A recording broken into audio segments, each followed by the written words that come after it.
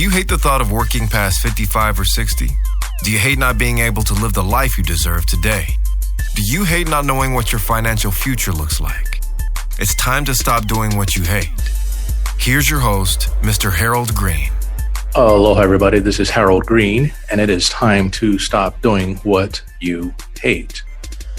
How are you today? Hopefully you have had a fantastic week, and looking forward to sharing with you guys today's show titled Building a Financial Network. That's right, building a financial network. Before I get into the show, I want to tell you guys about a conversation that I had yesterday with a client that I've known for many, many years.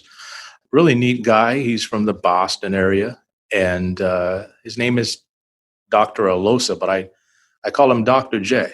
And I was calling him back to do a follow-up on something that he had requested. And so we got on the phone and we started talking, and, one thing led to the other. And somehow we got on the conversation of the things that are happening in our country. And he owns a business, and I own a business, of course. And so we just kind of started talking as business people. And we were talking about the state of affairs here in our state of Hawaii. And he brought up a good friend of his in regards to what was going on with him. And he said, I just had a good friend. He owns several restaurants here, several different businesses and things of that nature. And basically he just got hammered, and he had to shut everything down. And what he did was he shut his restaurants down, laid off his employees. And guess what he did? He left the country. He straight up took off and now he's traveling the world doing different things. And I said, how in the world at a time like this can he just up and leave like that? And he said, well, he's been working hard for many years, and he has saved up enough assets and resources, and he's always been ready for something like this. I'm going to put that out there. I'm going to say that again. He said he has always kind of been ready for something like this. I'm kind of paraphrasing what he actually said. But again, he's always been ready for something like this. And some years ago, folks, I built a program called Rapid Retire to put clients in position to retire 7 to 10 years than they normally would, so that they could be prepared for something just like this. And I didn't know at the time how big of an impact this would have on people's lives, because I had no idea coronavirus was going to happen or anything like that. The only thing I thought maybe people would get laid off, or, some sort of health issue or whatever else that I could see popping up in the future. So I'm going to get into the disclosure on Rapid Retire. And using our Rapid Retire program, there can be no guarantees made that you will be in a position to retire 7 to 10 years sooner or any other specific period. Results of the program will vary by user. And that is a very important statement, because I do have some clients that are doing extremely well with the Rapid Retire program. And then I have other clients who are, they're making a good effort and a good go at it, but sometimes things just don't click. So I want to get into the topic of building a financial network and why that is so important. And that's what I do inside of the Rapid Retire program. And if you guys want to know more, go to my website, retirenowretirewow.com. Download the Rapid Retire brochure, read through that. And if you want to know more, I'd encourage you to either give me a call at 808-521-4401 or download the Game Changer form, fill that out for me, get me that information. And then I would love to get in contact with you and help you stop doing what you hate. All right, so you guys ready? Let's get this show today. 1, 2, 3. Let's do this. All right. Inside of building a financial network, there are some things that will have to take place. There are 3 main things that you have to be aware of and that you have to have set up inside of your system in order to make it click, in order to make it flow. The first thing you have to do is you have to make sure you understand your cash flow, your ins and your outs on a daily basis. A lot of people are not that great at tracking their ins and their outs. And so I encourage you to use some sort of software. And I know we do have software here in the office that we use for our clients. And what it does is they can link all of their bank accounts. They can link their checking accounts, savings accounts. They can link their credit cards. They can link their IRAs, their 401ks, everything can be linked inside of this software in order to help them create that financial network. And with the cash flow, basically, it's really simple, right? You don't spend more than you make. And if you can do that, you're like, 90% of the way there. All the rest of it is just putting the other pieces in place. The other thing you have to have inside of your financial network is you have to have a cash reserve system, right? You have to have a place where you can store cash or be able to get at cash. And one of the things I tell clients is when you're building your cash reserve system, number one, they have to be adequate, they have to be accessible, they have to be after tax, okay, and always there, all right? So why do they have to be after tax? Well, the problem I see a lot of times when people are trying to build a financial network or trying to just grow their assets and grow their net worth is most of their money is tied up in their IRAs and their 401ks, or it is tied up in their house. And I had a neat conversation the other day with a new client that was coming on board. And, they wanted to save for retirement, but they also wanted to purchase real estate and they also wanted to do some other things. But we only have a limited amount of resources to go around. So I said, well, if you do this and save for retirement, then whenever you need to buy your house, guess what you have to do? You have to go into debt. And a lot of times when people come in and they start telling me about their goals and their dreams and the things they want to accomplish, I see they have their monies in the wrong places. Not necessarily wrong as in they did something wrong, but wrong as in, well, if I want to accomplish this goal and I need this money, how do I get it? Well, either you got to take a 401k loan or you got to take out a cash out refinance on your house, or you have to go through your home equity line of credit, or you got to use your credit cards, or you have to go to the bank and get student loans and different things like that, all because your money is tied up. Okay. And the next thing you have to have inside of your financial network is you have to have a system of generating an income. And a lot of times, if you're a young person and you're working, you are the income generating machine. And a lot of times clients will say, well, when can I retire? And my answer is, well, when your income generating machine can generate the same amount of income that you need on a day in and day out basis for the rest of your life without you having to pull the gears, press the buttons. You want this thing kind of sort of on autopilot. And that's what I do for my clients is they don't really have to worry about where the money is going to come from because we've built that inside of the plan so that they can do what's important to them, and that's living their life. That is my ultimate goal for all of my clients, is not to have to ever worry about money, but to live their life and to enjoy their life and to enjoy their family without having to worry about all of these different things.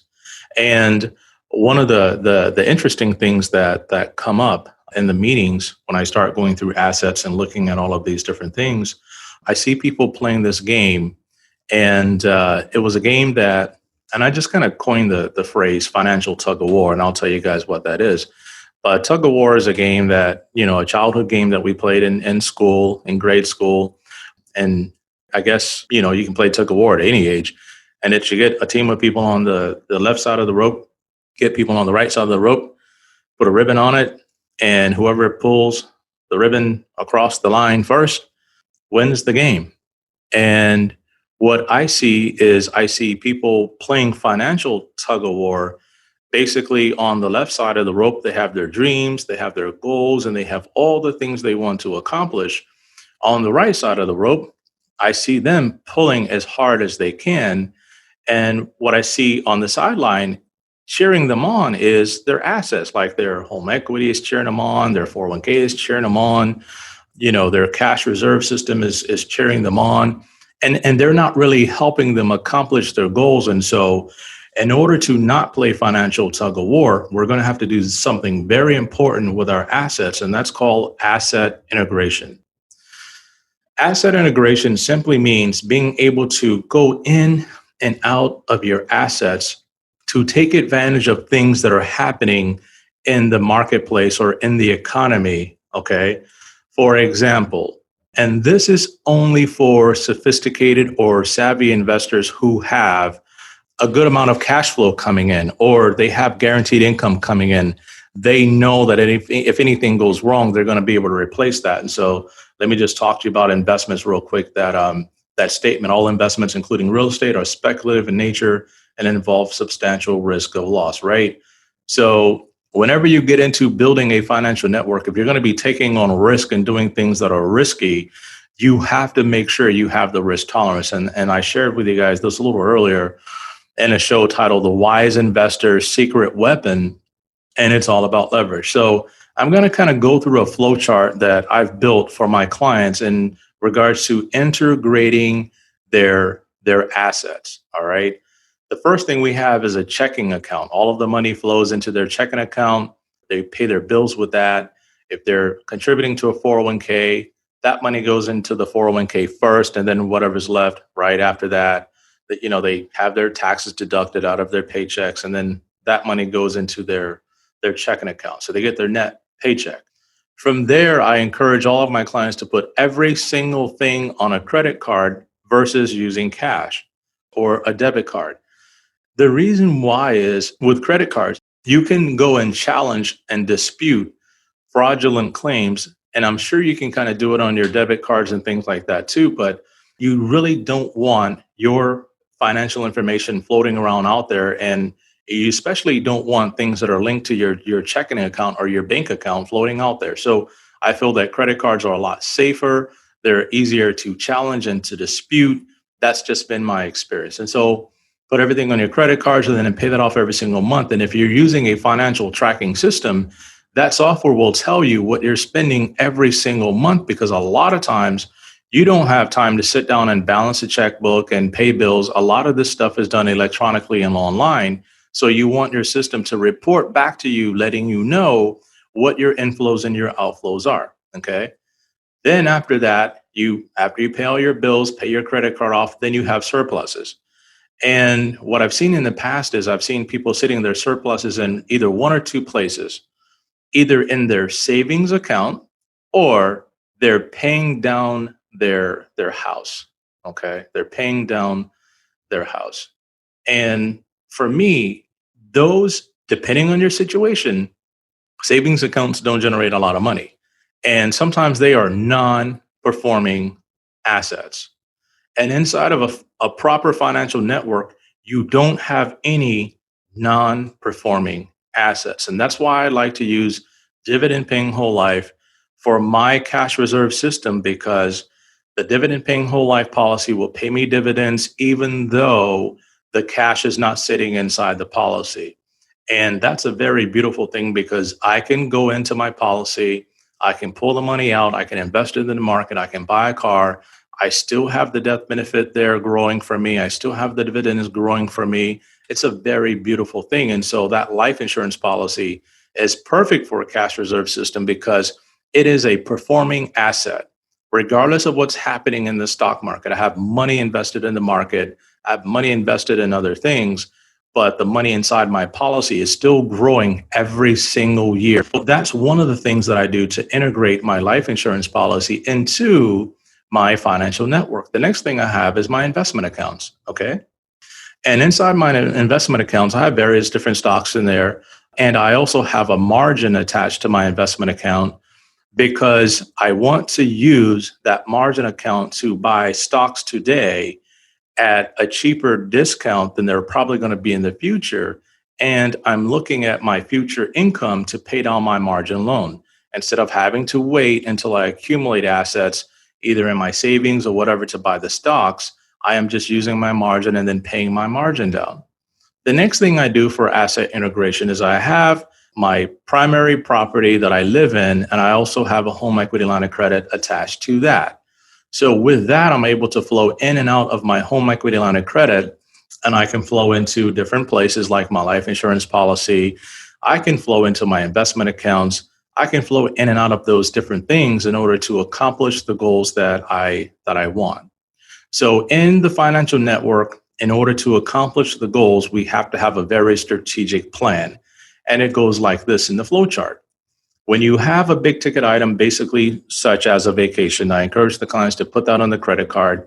When they come back, they can use their home equity line of credit to pay the credit card off. And then from there, we can take from a cash reserve system or wherever, and we can replenish their home equity line of credit.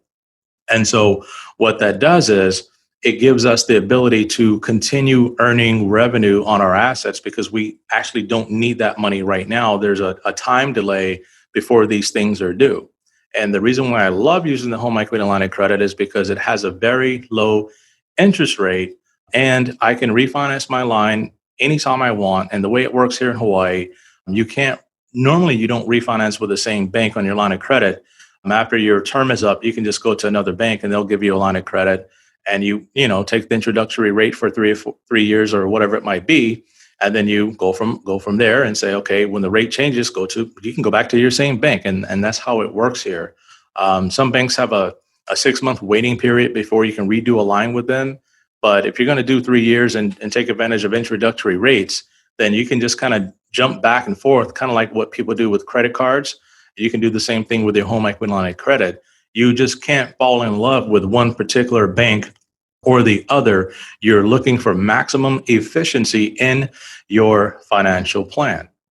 The other thing we can do inside of this financial network in order to increase our net worth and our assets, we can also look at rental properties, real estate. That's an option that's on the table, but it depends on the kind of market that we're in. So if we're in a market that, real estate makes sense, then we can do that. But otherwise, we either in the market, the stock market, or, there may be some other things like a business that you can set up. And then lastly, inside the financial network, people have their IRAs and their 401ks. And a lot of times outside of the house, this is the biggest asset that they have. And we have to look at ways of taking advantage of that. One of the interesting things I found is people who have the thrift savings plan, they have one of the lowest interest rates on loans available. One of the things about the TSP is that I think it's a pretty decent program for people to save money and for their retirement. They have a lot of neat features in there. The only thing I have a problem with is they're limited in terms of their investment choices. They either have lifetime funds, or an international fund, a large cap fund, a small cap fund. I think they have a mid cap fund in there or something like that. And so that's pretty much all they have to choose from. And so in the situation like the pandemic, if you're invested in the 401k, in that, you took a big hit unless you switched it to something like the G fund, which, is like a guaranteed fund and you don't lose money. But a lot of people didn't necessarily do that because they don't know the timing and you have to manage your own TSP.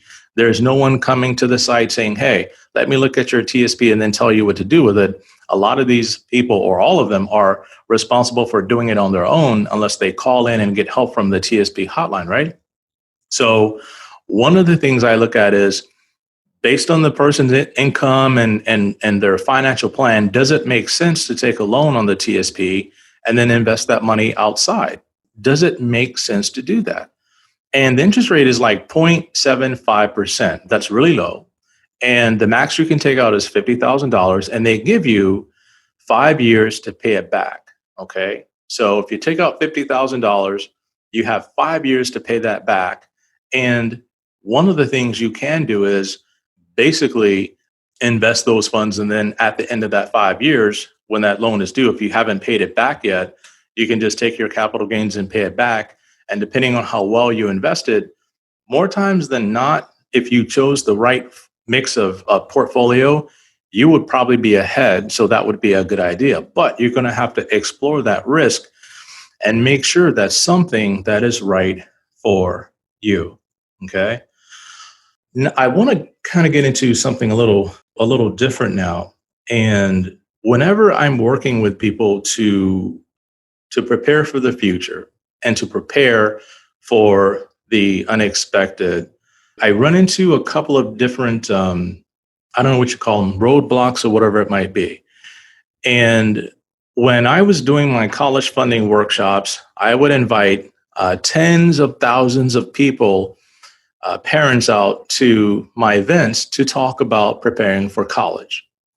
And I would hear things at the end of the conversation or at the end of the workshop, like they would come up to me and say, hey, my kid is only in 9th grade. We got time, right? I'm like, you got time for what? Well, we don't have to do this right now, do we? Do we have to like start planning now?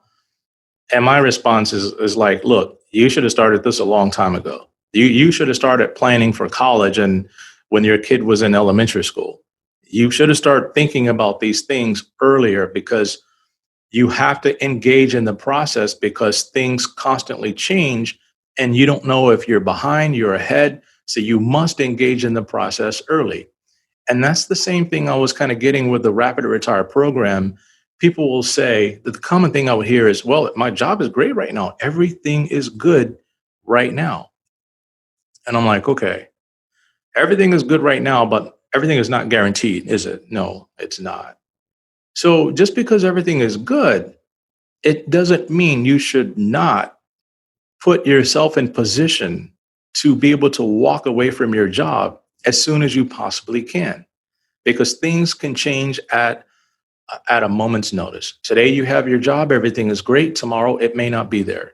Today you have your health, everything is going great. Tomorrow it may not be there. So I'm not trying to be pessimistic in any sense at all. I just want you to be in a position so that if anything were to happen, you will be okay. All right. Another one I hear is, well, if I wait long enough, things will work itself out. People don't say that, but that's kind of what I see in their thought process. Well, I don't have to do anything right now. Things are going to change and who knows what it's going to be. And what you're doing is you are giving up your control.